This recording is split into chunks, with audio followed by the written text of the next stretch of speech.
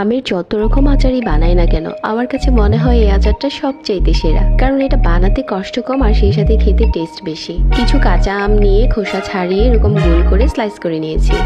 এখন একটা প্যানে নিয়ে 1 কাপ চিনি আর সাথে 1/3 কাপ সিরকা দিয়েছি। সিরকাটা দিয়ে কিছুক্ষণ রেস্টে দিতে হবে, তাহলে আচার বানানোর সময় আমের স্লাইসগুলো গলে যাবে না। এখন চুলাতে বসিয়ে দিলাম আর 1/4 চা চামচ করে মরিচের গুঁড়া আর হলুদের গুঁড়া দিয়েছি। অল্প আছে কুক করলে দেখা যাবে যে পানিটা ছাড়তে শুরু করেছে আর আমের এই স্লাইসগুলো শক্ত হয়ে গেছে। এখন উপরে 5 ফোড়নের গুঁড়ো দিয়ে দিলাম।